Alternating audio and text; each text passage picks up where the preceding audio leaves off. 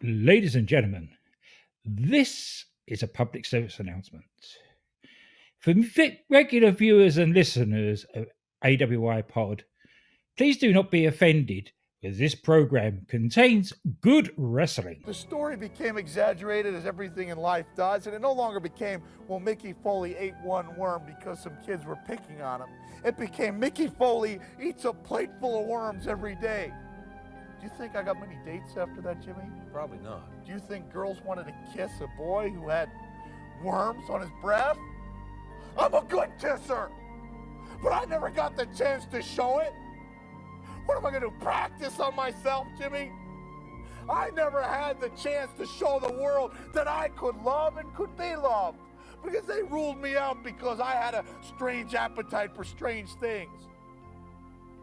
I'm not going to say I didn't accept money to eat other strange things, but the fact is the damage had been done, and I went through my entire high school days without date number one. It's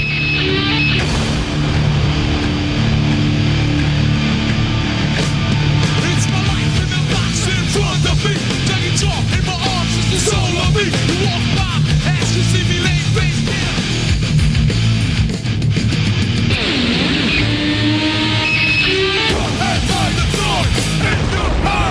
Hello, everyone, and welcome back to another action-packed, reminiscing episode of Warring to Attitude. This is the 26th version of this show. I am your host, Brent Piles, of course, and with me, as always, is a man who lives across the ocean and is from the future. He is the ballroom brawler, disco dancer, dynamite stretch, and intercontinental playboy. Folks, he's more over than throwing interceptions and fumbling snaps. At GA WrestleNut, Glenn Abbott. Glenn, how are you? I'm good. I got the relevance of that. Glenn gets relevance to that, and maybe some people out there don't. So I live in Nebraska, as most of you probably know who listen to this. And so therefore I am by birthright have to be a fan of the Nebraska Cornhuskers. Now in 1990, when I was a child, that was great because we were one of the best teams in the country. But now in 2023 as an adult, it is terrible because we suck. And our quarterback fumbled the ball / couldn't catch the snap / had the snap fly off the tight end / threw it to the other team about 7 times. So, yeah. Literally 3 times where the ball, it wasn't a bad snap, hit him right in the fucking hands and he just didn't catch it. How the hell can you support 2 football teams that have quarterbacks that suck? Well, I mean, I don't really want to go out there and say that Justin Fields completely sucks. He had everything about the Chicago Bears suck yesterday. The defense sucked. The offensive line sucked. The quarterback play sucked. The wide receivers sucked. The running back sucked. The coaching sucked.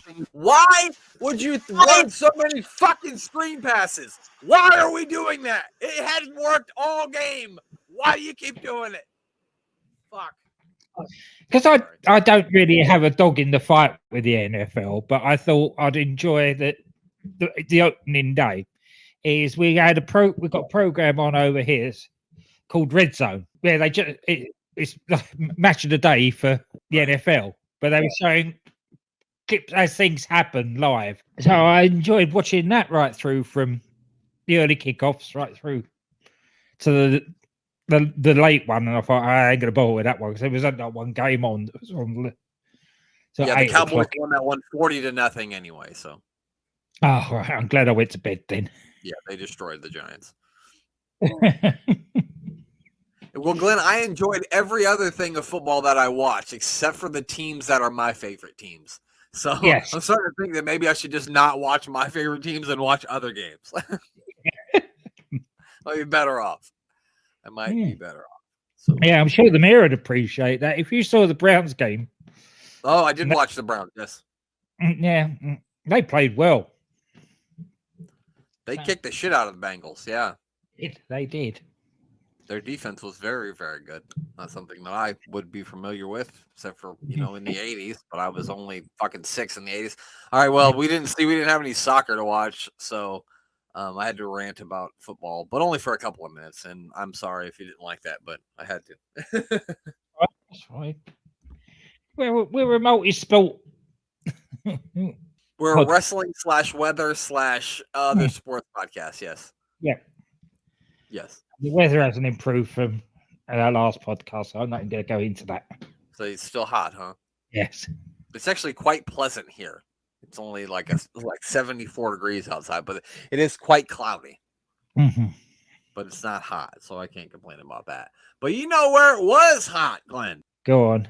In Mobile, Alabama on May the 19th of 1997, because that is the episode of Raw that we were reviewing this week. Like how I tied that in, didn't you? I did. It must have been because there was somebody going around cooling everybody off. We'll get into, I'm sure. I'm sure we will. Yeah, I would just assume it's Alabama in May, so it's got to be fucking hot. Mm-hmm. I've never been to Alabama, but I can only assume. This one is on the 19th, which means the next week's episode will be on the 26th, which means it will emanate on my 13th birthday, Glenn. How about that? Whoa.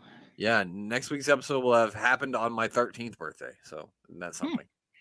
That is something.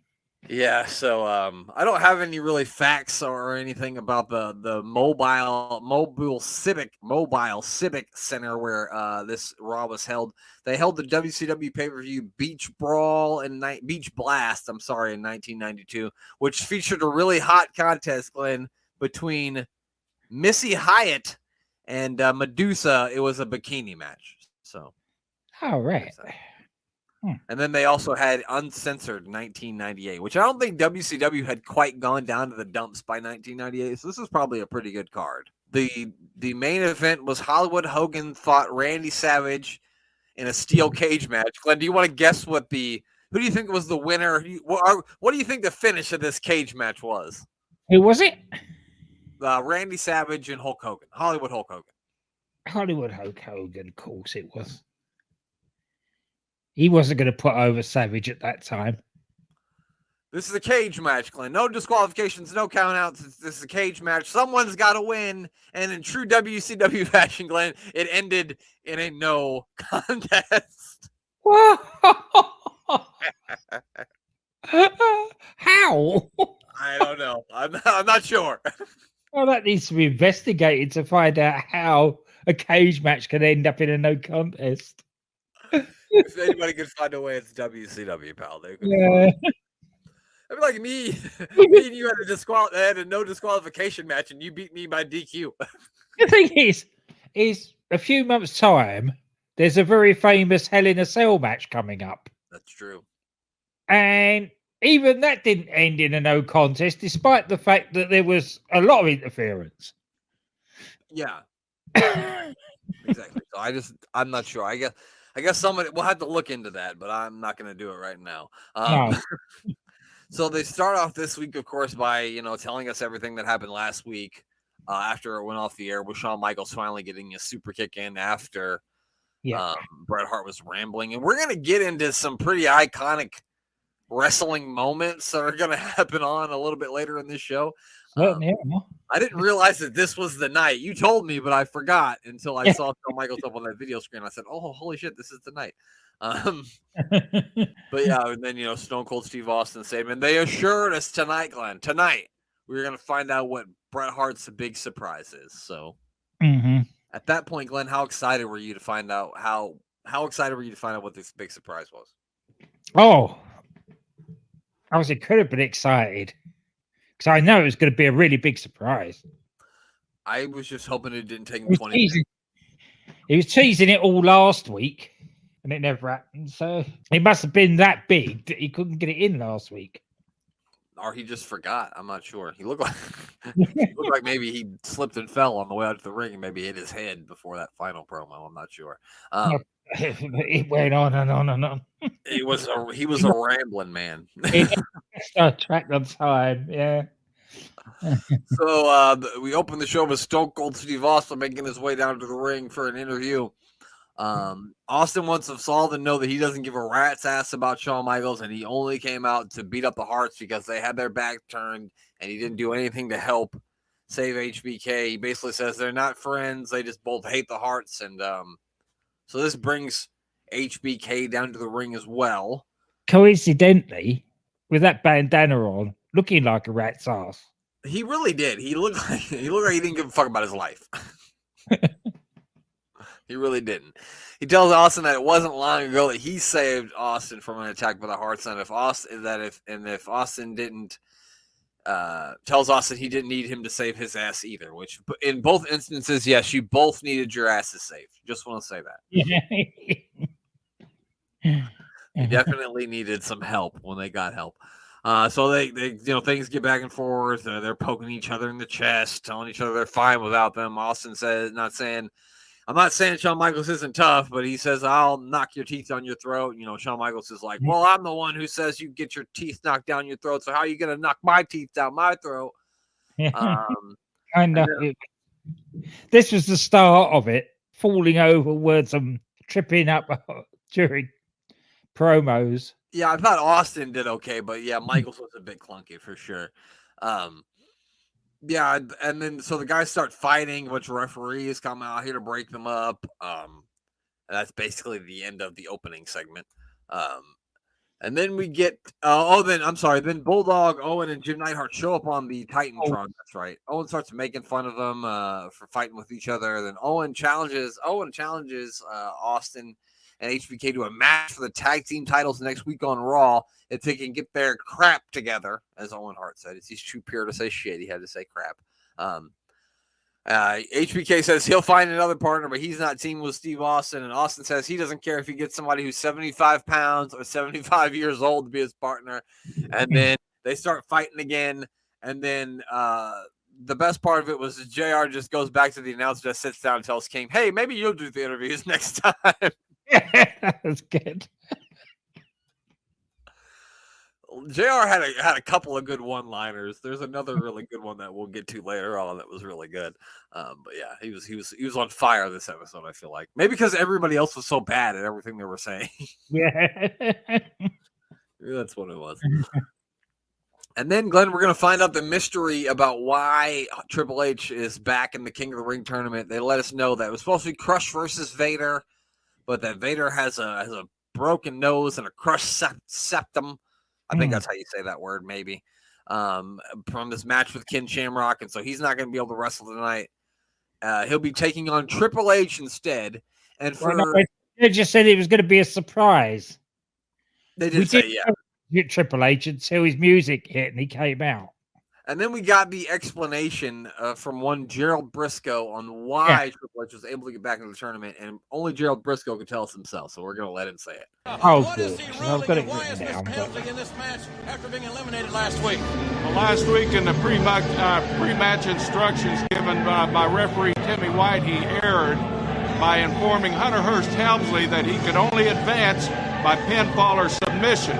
Therefore, to avoid any legal action on the part of Mr. Helmsley, Hunter Hearst Helmsley will be given the slot tonight occupied by Vader against the match Crush, his opponent.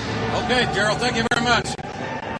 Against the match Crush. Yeah, I was just going to say, Glenn, did he just say Triple H was going to take on a match?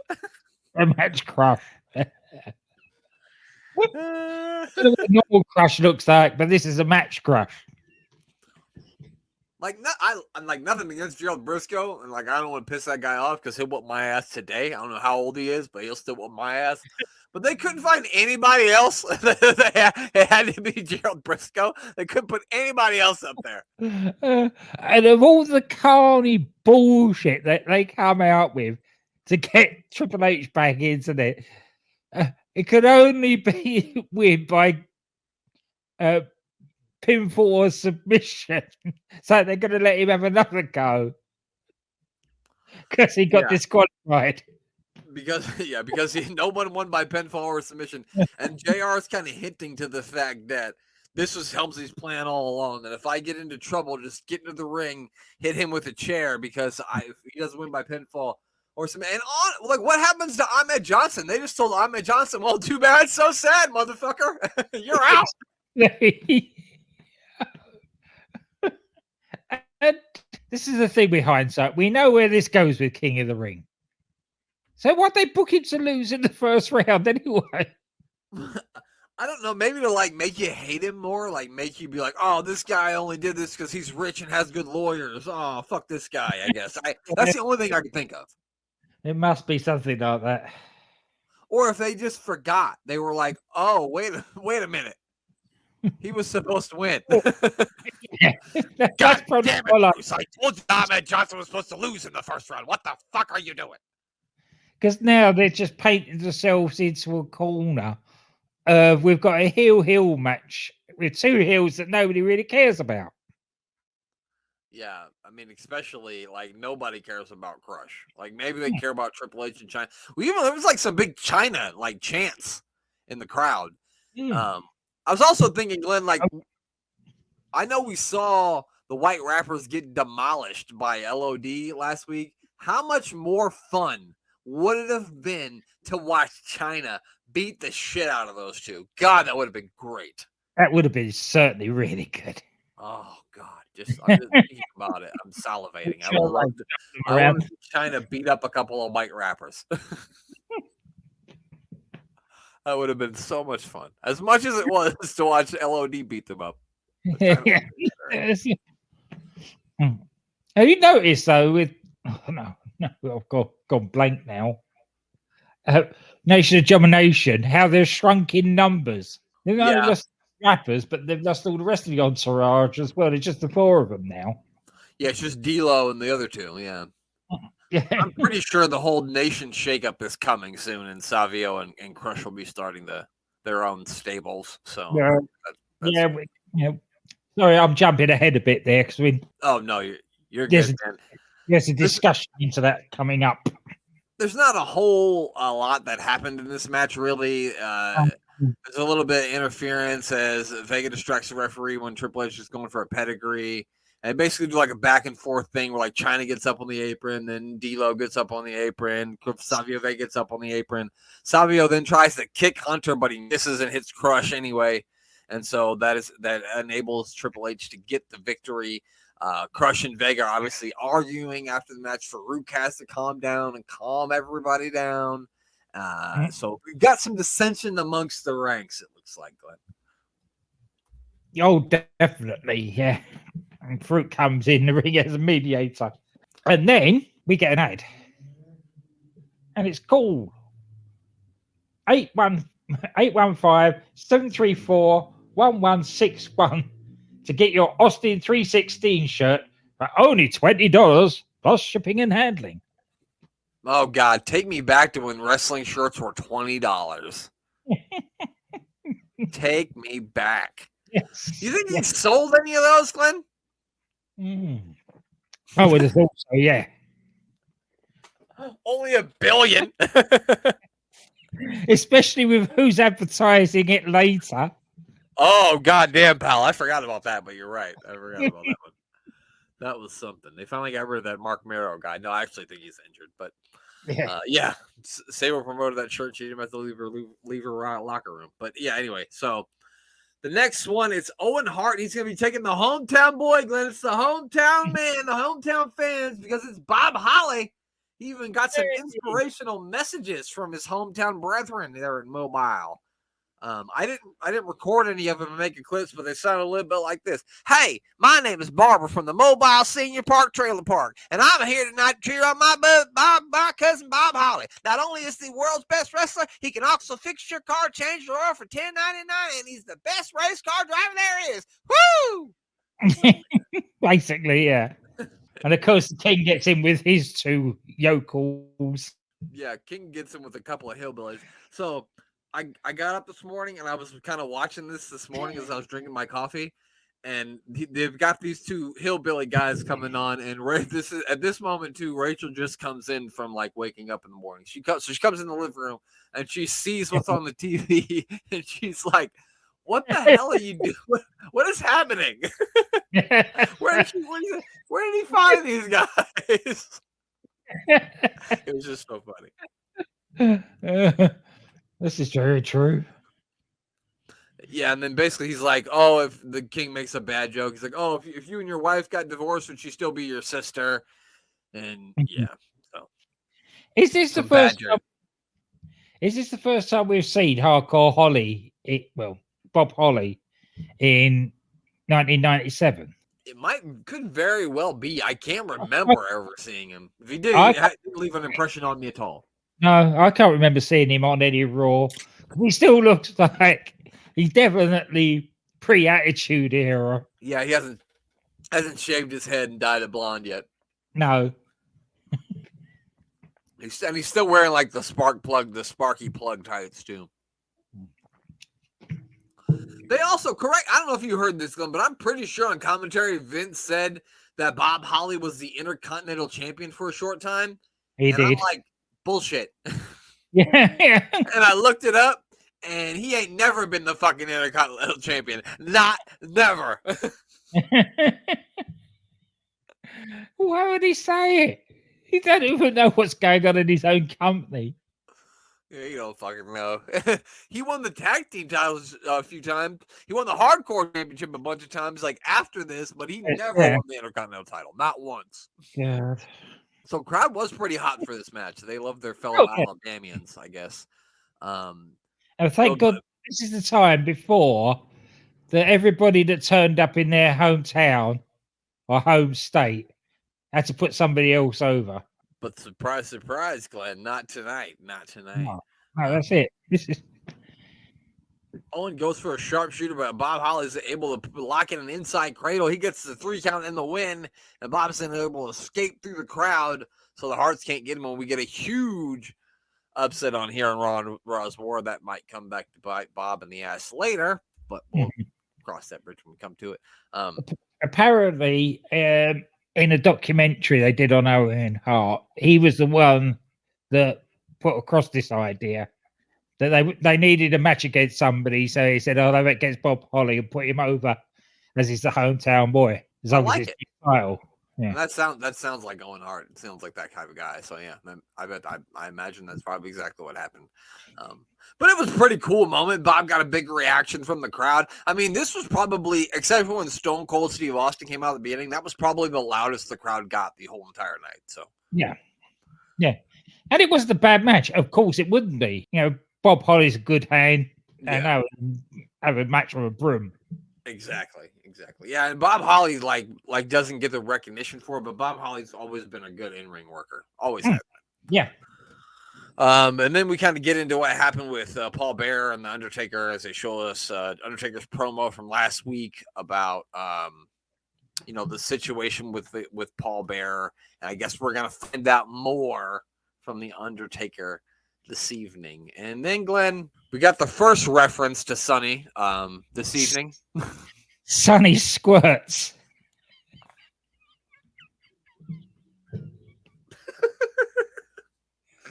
Ladies and gentlemen, that movie is sponsored by Blue Chew. Ladies and gentlemen, if your gimmick needs a hot tag, make sure you get your hands on some Blue Chew. Yeah, and there she is with a big super soaker. Oh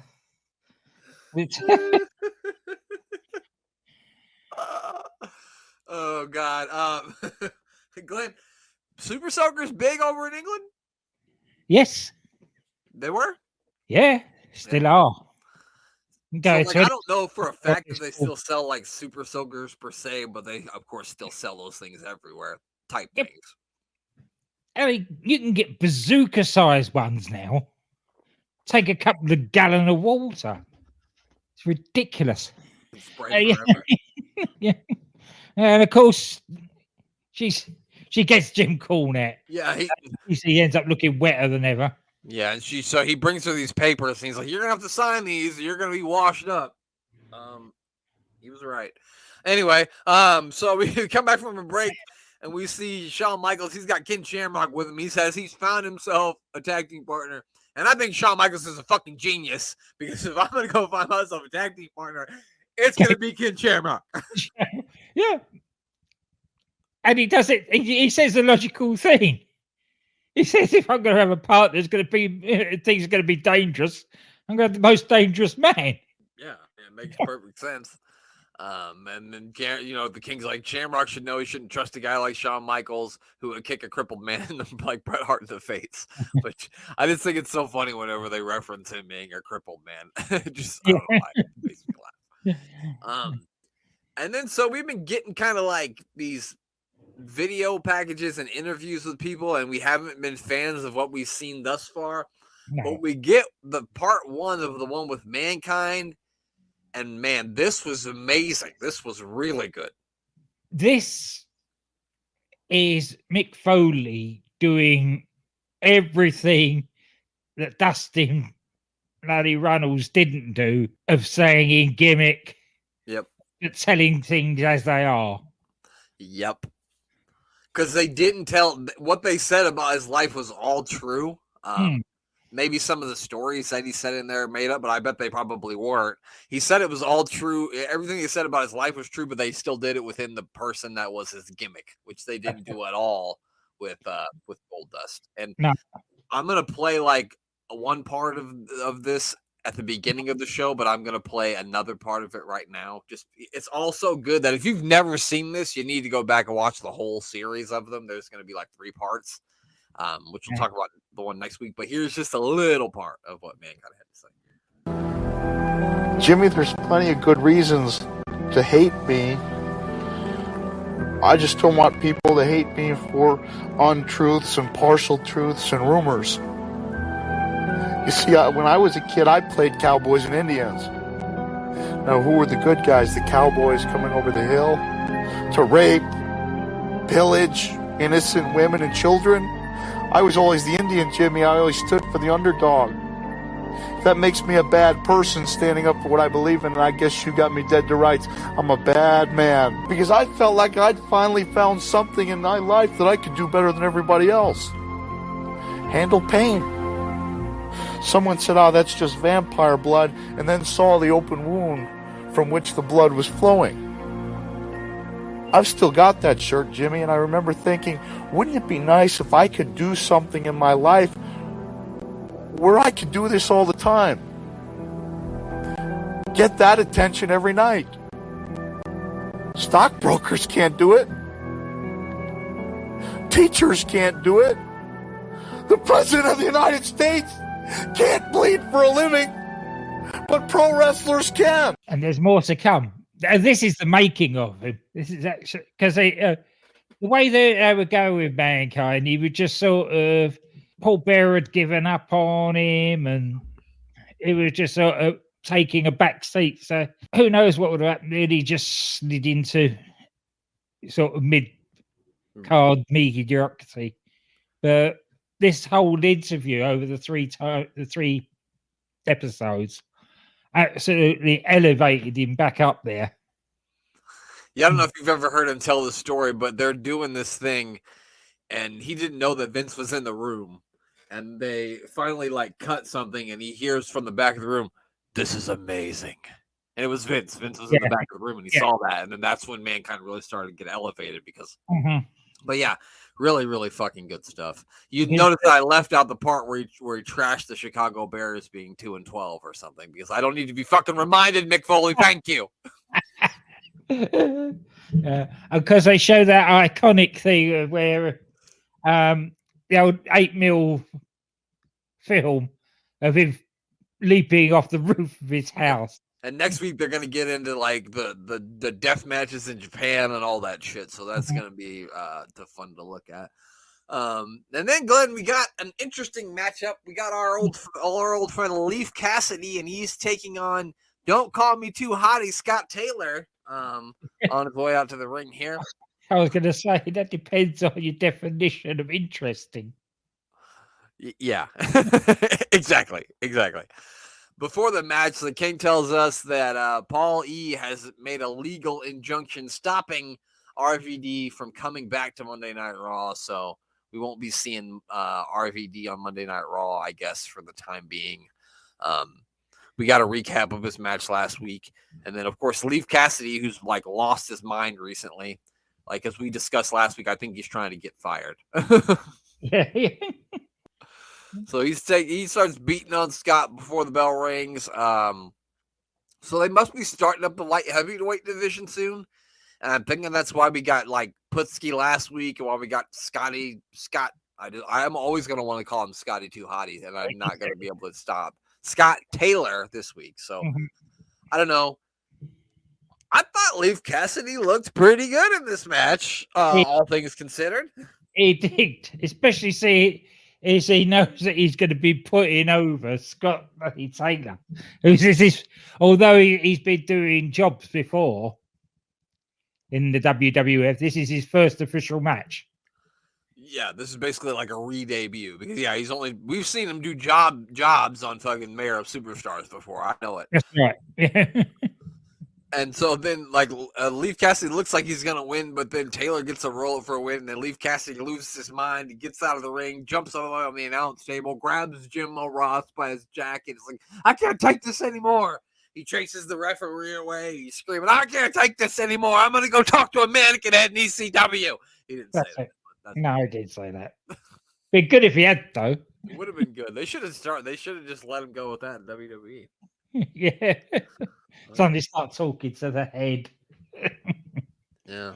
Anyone that listen to me. Yeah, exactly. Maybe the head could have been this tag team partner. That would have been good. It has been. I'm not yet, but it's gonna be. I'm sure I've seen matches where he's tagged with a head. I'm sure it's gonna be. I actually have an Al Snow. I have a Hardcore Holly Al Snow 2-pack, and it's got a head in it too. All right. Yeah. So they head to the back. Stone Cold Steve Austin is marching through the backstage area looking for a tag team partner. He knocks on Sable's locker room door. He knocks. She says, "Hold on a minute." He barges in. She's putting on an Austin 316 t-shirt. She's got it barely covering herself, if you know what I mean, pal. She doesn't want to be Austin's tag team partner, shockingly. This is to sell his t-shirt, basically. Her assets. Crazy, I don't think they needed this to sell the shirt. Her assets have suddenly become Austin's assets. Right. Yeah, definitely. Yeah, so that happened. And then Bret Hart is finally arriving to the building. And finally, Glenn, we will get to hear his big surprise, but not before we get a recap of everything that happened with them last week. They probably, look, Sean, it's fine. We'll show it 3 times next week so people actually know that you super kicked him. It's okay. It's fine. Don't say anything crazy. Yeah, but you know that Vince thinks that all wrestling fans have the attention span and the memory of a goldfish. That's true. Even today, there's still that legacy of showing stuff that we only watched 20 minutes earlier. That is true. That is very true. You're right about that one. And then, okay, so Hart Foundation makes their way to the ring. Bret's finally out of the wheelchair. He's just on crutches now. Bret tells the fans to shut up for a minute. He runs down America as he always does. He talks about how could they respect someone. They talk about how they have the right to free speech, but that Shawn Michaels didn't allow him his right to free speech last week. Although I feel like he got plenty of time for his fucking free speech last week before Shawn Michaels kicked him. Oh, yeah. No, there is no way that he could even cast the aspersion that he didn't get time for free speech last week. He rambled on and on and on and on and on and on and on. You calm down there, Elon Musk, and your fucking free speech. This is the thing. You have free speech, but you don't have freedom of consequences. Bret Hart said what he said. Shawn Michaels kicked him in the face. Those are the consequences. Yeah, exactly. You can say what you want to say, but it doesn't mean someone won't punch you in the face for it. That's the way it works. Or that's the way it should work. Anyway, that's another soapbox that I won't get up on. He then calls all the fans rednecks. He makes fun of their accent.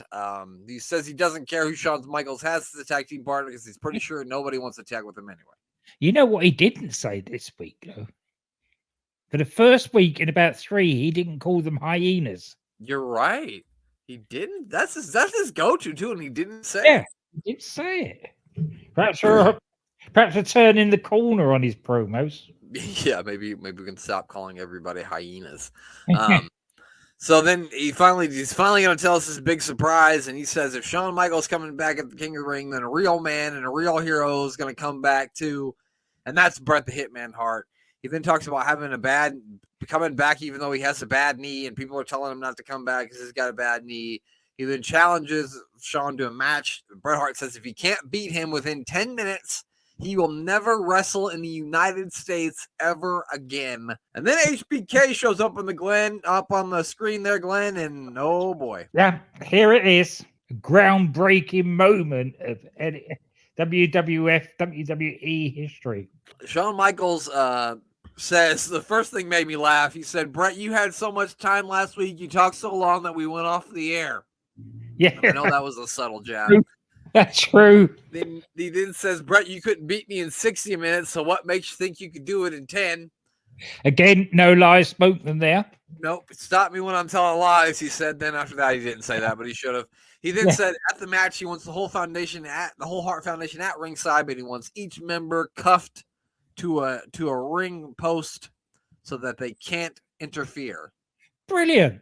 Why has nobody else battling on their own against a faction thought of that? Yeah. Instead of having them banned from ringside, have them where you can see them, but make sure that they're immobile. Yeah, and then until at the same time, if you got guys who are just cuffed to a ring post, they could probably somehow interfere, anyway too. So that could also work into the match. So yeah, it's a really good way to go if you think about it. And then with the stipulation too of like, I won't wrestle in the United States anymore. Obviously, Bret Hart can't lose that match. You know what I mean? Yeah. There's got to be some sort of shenanigans. So them being out there is only going to help with that. You know what I mean? Of course it is, yes. And then Shawn Michaels says that Bret Hart can't last 10 minutes in any situation, if you know what I mean. And even though lately he's had some sunny days, he still can't get the job done. So, like...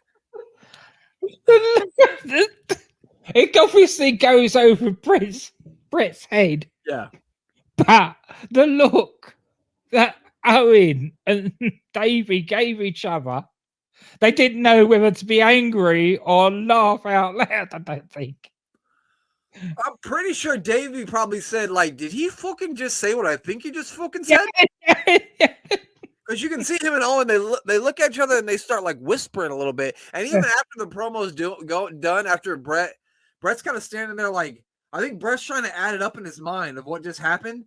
And Owen and Bulldog are still like, they're looking at each other and like kind of whispering like, can you fucking believe this fucking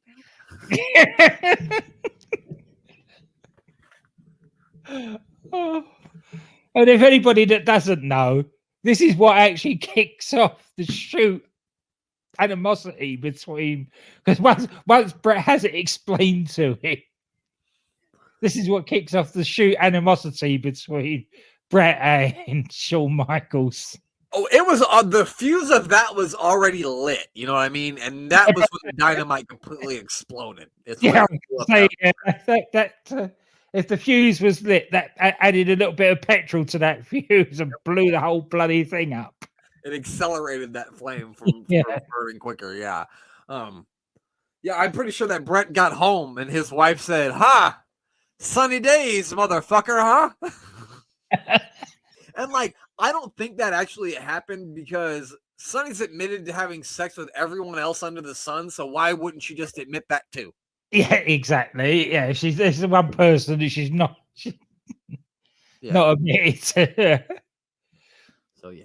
And I'm pretty sure that next week before the Monday Night Raw, this is where Bret and Shawn get into their shoot fight where they're pulling each other's hair in the locker room and Shawn Michaels quits because it's an unsafe working environment. And I'm still pretty sure that Jim Cornette still has the hair that Bret Hart ripped out of Shawn Michaels' head. So Jesus. There's that. So yeah, an iconic moment there. So what do they do? Yeah, how can we follow up such an iconic moment? Who can we bring in to get the crowd going after such an iconic moment? Bloody Honky Tonk Man with rockabilly. Oh, wait a minute. First of all, we get Gold Dust out there, right? Gold Dust is out here. Yeah. He asked us if we want to see Marlena. We're all red-blooded men, so we're going, yes, of course. Bring Marlena out here. He tells us he can do us one better. He's going to bring us two, so we get the big Marlena and the little Marlena. Their daughter, Dakota, comes out there with them. Mm-hmm. The best part of this is they try to get her to say her name or Gold Dust or something. She just takes the mic straight away from her mom, and Jim Ross, with the line of the evening, says she's hogging the mic just like her grandfather. Yeah.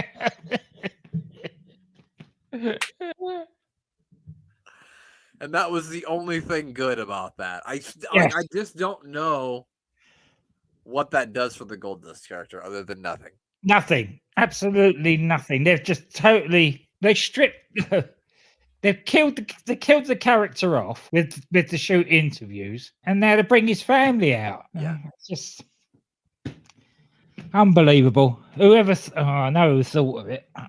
Like, and the crowd was even like, huh? Yeah, what? Am I supposed to be happy, or what am I supposed to do with this? I don't know. I don't know what I'm supposed to do with this. All right, now you can play the music. No, you already spoiled it. Let me not play the music. I know what you're doing, Glenn. Glenn was like, I'm getting out of this playing this music this time. I know it, goddammit.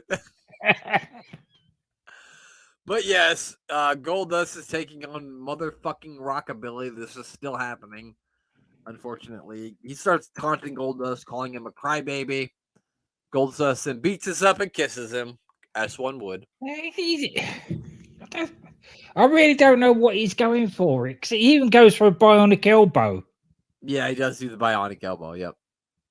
Yeah. All right, we've got the idea that you're really Dusty Reynolds under that, and that you're Dusty's son. Right. He might as well just at this time done what he did with that other bloody stupid gimmick of 7 and walk out to the ring as Dusty basically say, I'm done with Goldust. Yeah, just fucking take the gear off and have some cowboy boots on underneath or something. Yeah. Not only cowboy boots, something other than that, but you get what I mean. Yeah, I know it. Yeah. So, my favorite part of this match, Glenn, is where Rockabilly awkwardly tries to run at Goldust, and Goldust awkwardly tries to dodge it, and then Rockabilly awkwardly gets his wrist tangled up in the ropes.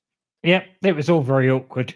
It looked like if you and your drunk friend got in the ring and tried to do some shit after you had like 8 beers each. That's what it looked like. And the honky tonk man goes to attack Goldust with a guitar, as he would do. Of course. Goldust manages to reverse that and hits in with it, and then gets disqualified for it. Despite the fact that honky tonk man is not part of the match, really. It was outside interference, so why are Goldust getting disqualified? Yeah, he hit the fucking honky tonk man. As far as I'm aware, this wasn't a handicap match with the honky tonk man versus Rockabilly versus Goldust. He could fucking, stick his boot all the way up honky tonk man's ass if he wanted to. It doesn't make a fucking difference. It shouldn't make a slightest bit of difference, no. Yeah, I thought that was fucking stupid. But they had to get a disqualification in there somewhere, so. They did. And they also were like, well, maybe we'll just let Rockabilly win one. Mm-hmm. Just one. Just one, yeah. Yeah, and then we got like a promo from Ahmed Johnson. Now, we got something before that. Oh, God. One of these little lads. And it's call 1-900-737 for WWF to find out who has been romancing Psycho Sid. Who's been romancing Psycho Sid? Yeah. I bet it's not what you think it is. You call that fucking number and it's like, the Legion of Doom have been recruiting Sid to be their tag team partner. And you're like, fucking what? What? I thought, God damn it. That's a $20 phone bill just to find out that. You son of a bitch. Fucking Jim Ross. I wish I could find out what these reports on the hotline were. That would be amazing. That would be great. If only. That's awesome. I'm sure somebody must have transcribed them. I think I've looked, and maybe I looked for only one. But yeah, so they talked to Ahmed Johnson, and I don't know. He said a lot of things that I don't want to say, so I think we're just gonna skip that. There was a promo from Ahmed Johnson, and he says he's gonna be the first African American WWF champion. That's all I'm gonna tell you. Yeah, that's it. Okay. That was the only thing he said that was coherent. Brooklyn Brawler volunteers to be Austin's partner. But gets the ass whooping he deserves for that. Yeah, he beats him up and tells him that he sucks worse than Harvey Whippleman. Yeah. And then he tells old Harvey. They choose him as a partner. Okay, never mind. Yeah, and basically tells Harvey Whippleman, look, you're going to be my fucking tag team partner because I said you're going to be my tag team partner whether you like it or not. So yeah. Shawn Michaels got Ken Shamrock. Stone Cold Steve Austin got fucking Whippleman. So, You can see who's more confident with their own abilities, though, can't you? yeah. You can tell which guy thinks he's tougher. Yeah.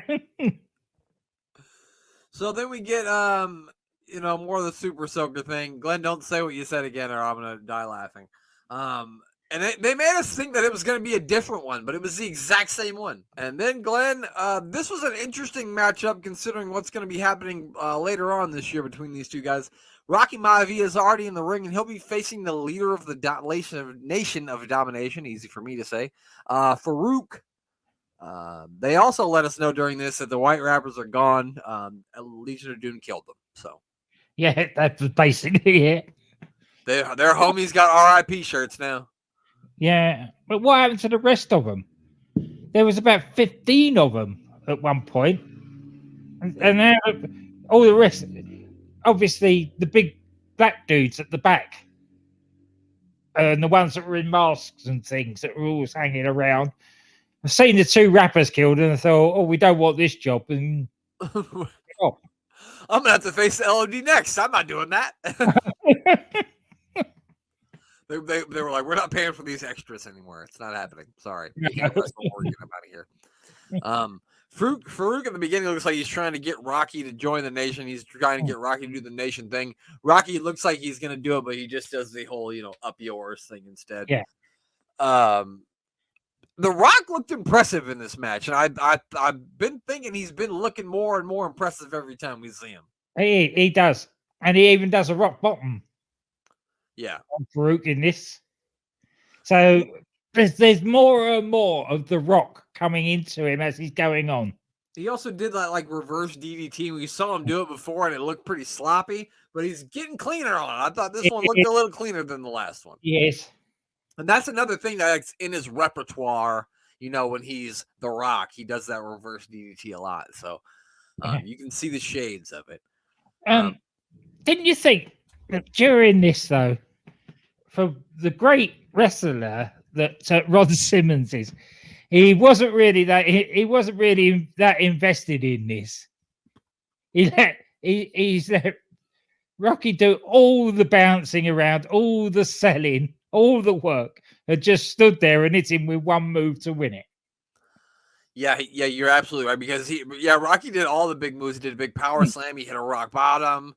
He did that DDT. He did like a cool like splash where he didn't like come off the top rope, but he just like jumped forward and splashed Farouk, which was really cool. But then Farouk just catches him on the top rope, knocks him down, nuts across the top rope as it goes, picks him up, gives him the Dominator, and that's the end. Pretty interesting thing at the end that happened though. Do you remember the ending? Where the Nation come in and start beating up on Rocky, and Farouk steps in and stops them. Yep. Shades of things to come, perhaps. Yeah, I thought that was it's a little bit of foreshadowing there, I think, maybe. They let us know that something is happening in the back, and we find out the Hart Foundation is beating the hell out of Bob Holly. As they would.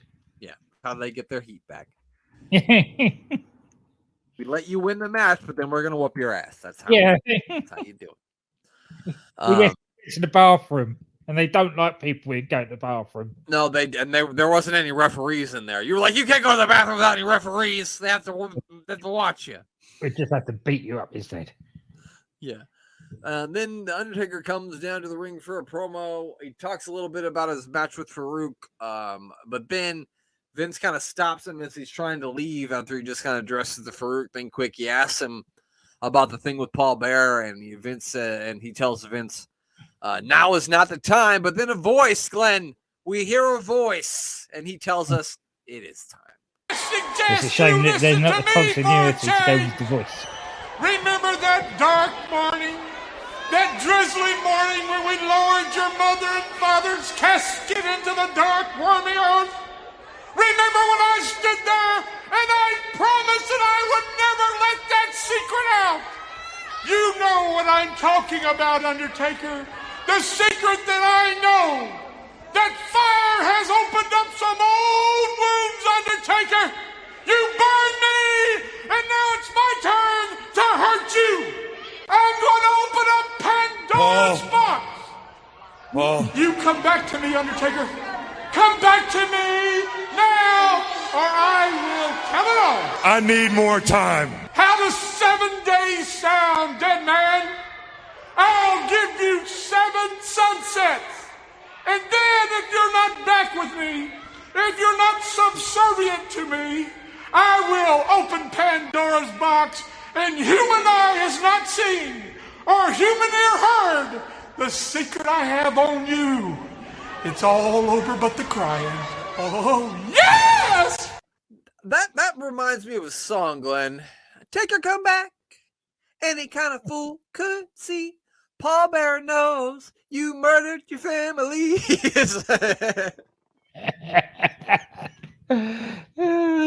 Yeah.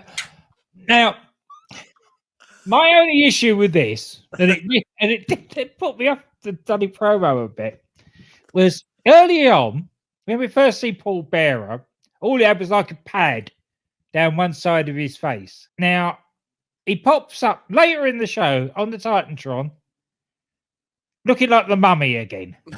So what? Is that the Yeti's father? So what has happened?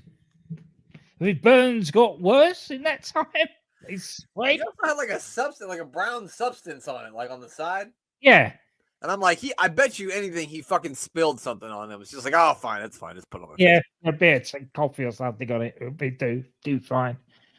But then he's full mummified. Yeah, I didn't think about that, but you're right. I mean, all that's like really interesting, and I don't give a fuck about the Farouk Undertaker match. I care about this. You know what I mean? It's just funny. He's like, "You come back to me," and it just made me want to sing that song I just sang. Spoiler alert: there's some really good stuff coming up with Undertaker reluctantly doing Paul Bearer's bidding. Yeah, definitely. We then come back from commercial. Jim Neidhart is already in the ring. He'll be taking on Stone Cold Steve Austin. Brian Pillman's also on commentary during this match. While Pillman and while Austin and Jim Neidhart are fighting there, I think it's sounding like Brian Pillman will be taking on Stone Cold Steve Austin at the King of the Ring. I know that doesn't actually happen, but that's what they're pushing on us right now. Austin, the best part of this is Austin just goes over there and just grabs Brian Pillman out of his seat and just starts beating the shit out of him. Yeah. The best thing to be said about this, it was short and sweet. 1 minute 44, it was all over disqualification because of Brian Pillman. Yeah, Pillman gets in there, cracks Austin over the head with a crutch. All the Hearts hit the ring and start beating him down until Shawn Michaels shows up with the chair. He clears the ring. Jim Ross gets up in the ring and informs Austin and Shawn Michaels that they will be tag team partners next week by order of Gorilla Monsoon, and they will be taking on Owen Hart and the British Bulldog for the tag team titles. Of course, Austin and HBK are like, I'm not tagging with him. I'm not tagging with him. And then they start fighting again. Yeah, and they go off here fighting as they came on here. Yeah. So next week's Raw is like one of those Raws like when I was a kid that I remember exactly where I was as it happened, because I remember this Raw very well. It's one, how you have those moments in life where you remember exactly where you were. Well, this one's one for me. So I'm really looking forward to reliving this episode of Raw. It was a great one for me when I was 13. Yeah. And to be fair, the matches weren't bad, and there's so much with The Undertaker, Paul Bearer, and Austin, and the Hearts, and Shawn Michaels. And there's so many moving parts of that where we could see the Attitude Era building. Yeah, I mean, even with the thing with Sable, with him busting into Sable's locker room and her quickly covering herself, that's a whole lot of Attitude Era going on there. But we see, like, glimpses of things that aren't Attitude Era, like Goldust bringing his daughter to the ring dressed up Exactly. like yeah. Yeah. They can't have it all. We can only have some nice things. We can't have it all. It's like that expression, you can't have your cake and eat it too, which I think is a stupid fucking expression because it's cake. What the fuck else am I gonna do besides eat it? Yeah. I know. Fuck you mean? Can't have my cake and eat it too. What am I supposed to do? There's so many of those. Don't come running to me if you break a leg. And that's all. My motherfucking leg is broken.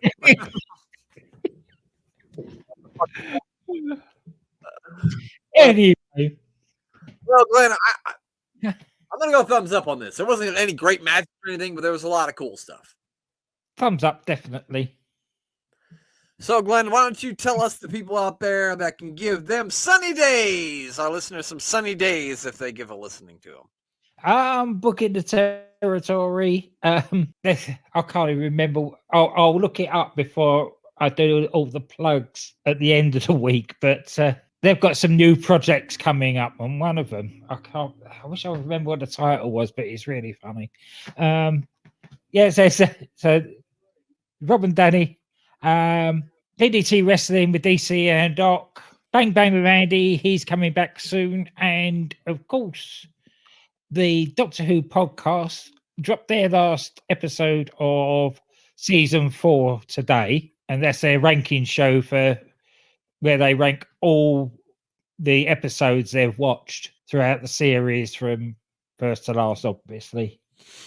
So if you're into sci-fi and it's Doctor Who, give them a listen. Apart from that, that's it. Yeah, make sure you check out all those people. They can give you many, many sunny days. Maybe in a different way. Yeah, she's not going to anymore. So. Yeah, well, I mean, they let you out in the yard, I think. Yeah. Not quite sure what happens in prison, Glenn. I've never been to that one. My dogs are pissed. So they haven't barked in a while on the show, have they? No. They wanted to make an appearance. I said, fuck this shit. We're the most over people on the show. Anyway, make sure you give the other member of our podcast team, the mayor of Canton, a follow and check out A Meal with the Mayor, where he can make you jealous that you can't have fucking Bojangles either every Wednesday. Make sure you check out Sports Riot Radio. Give our buddy Thomas Bryce a follow on all the social media platforms that could ever possibly be. It's Thomas Bryce 2020 on Instagram. It's Thomas Bryce 2017 on Twitter. And it's the same on Threads if you're on Threads.